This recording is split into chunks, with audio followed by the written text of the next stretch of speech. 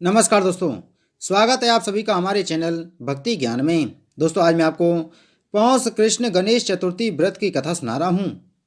पार्वती जी ने पूछा, हे पुत्र, पौष में किस गणेश जी की पूजा किस तरह से करनी चाहिए और उस दिन क्या भोजन करना चाहिए, उसे आप संक्षेप में बतलाइए।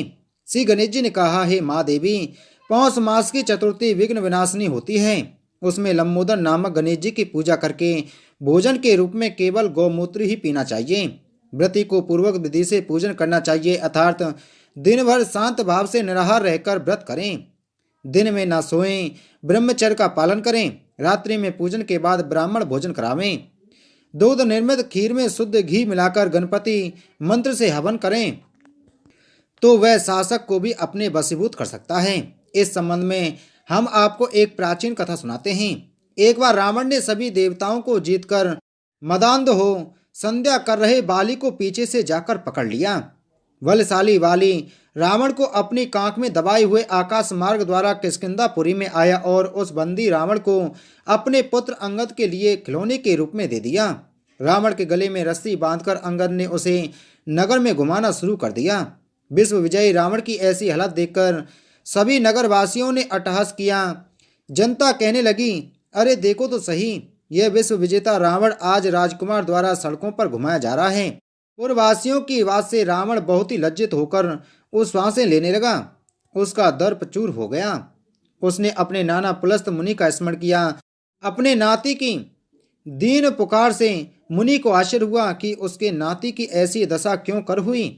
अत्यंत गर्व करने से देव दानव मनुष्य आदि सभी का पतन असंभवी होता है। रावण के समीप आकर मुनि ने पूछा कि तुमने मुझे क्यों याद किया है। रावण ने कहा, हे नाना जी, देवताओं को जीतने के बाद गर्व करने से मेरी यह दुर्गति हुई है। मैंने संध्या करते हुए एक बानर राज को देखा। पश्चिमी महासागर के तट पर मैंने उसे पीछे से पकड़ने की चेष्टा की, परंतु मैं ही उसके द्वारा पकड़ लिया गया। मुझे अपने यहाँ लाकर गले में रस्सी बांधकर अपने लड़के को खेलने के लिए दे दिया। इस दुर्गति को देखकर नगरवासी मेरी हंसी उड़ाते हैं। हे देव, इसी चिंता में मैं व्याकुल रहता हूँ। रस्सी में बंधे रहने के कारण मैं अशक्त हो गया हूँ। हे नाथ, अब मैं क्या करूँ? मेरे जैसा आपके वंश में कोई दूसरा कुल कलंकी नहीं है। अब आप ही मेरी रक्षा कर सकते हैं। पुलस्त जी ने कहा, हे रावण, डरने की कोई बात नहीं है। मैं तुम्हें बंधन मुक्त करा दूंगा। यह बाली देवराज इंद्र के वीर से उत्पन्न हुआ है और पराक्रम में तुमसे बढ़कर है। इसकी मृत्यु महाराज दशरथ के पुत्र श्री राम के हाथों होगी।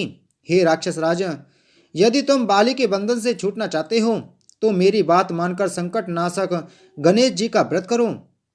प्राचीन काल में वृतासुर की हत्या के प्रायश्चित स्वरूप इंद्र ने इस व्रत को किया था। अतः तुम भी इस संकट नाशक व्रत को करो। बहुत ही शीघ्र तुम्हारा क्लेश दूर होगा। इस प्रकार आदेश देकर महर्षि वन में चले गए और इधर रावण ने व्रत का अनुष्ठान किया। हे देवी, इस व्रत के प्रभाव से रावण तत्काल ही बंधन रहित हो गया और सुखपूर्वक अपना राज्य करने लगा। भगवान श्री कृष्ण कहते हैं कि हे युधिष्ठिर, आप भी इस व्रत को कीजिए। इस व्रत के प्रभाव से इस समर से समस्त शत्रुओं का संहार करके आप अपने उत्तम राज्य को प्राप्त करोगे।